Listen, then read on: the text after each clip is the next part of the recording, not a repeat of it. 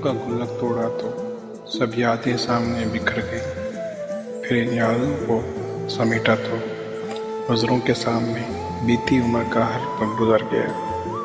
कुछ यादें मोड़े नोकों की तरह तह दर तह लिपटी हुई, बड़े प्यार से रखी हुई, बड़ी चाह से तय करी हुई। कुछ यादें खनकते सिक्कों की तरह चमकती, शोर करती, कि इनको जोड़ो तो उम्र का एक हंसी हिस्सा बनता है। कुछ यादें तो उन सिक्कों की तरह जो अब इस दौर में चलते नहीं, पर प्यार बहुत है इन यादों से। अब तो ये गुल्लक टूट गया, यादें सारी बिखर गईं। यादों की इस जमा पूंजी के बदले अपना जीवन जी गया।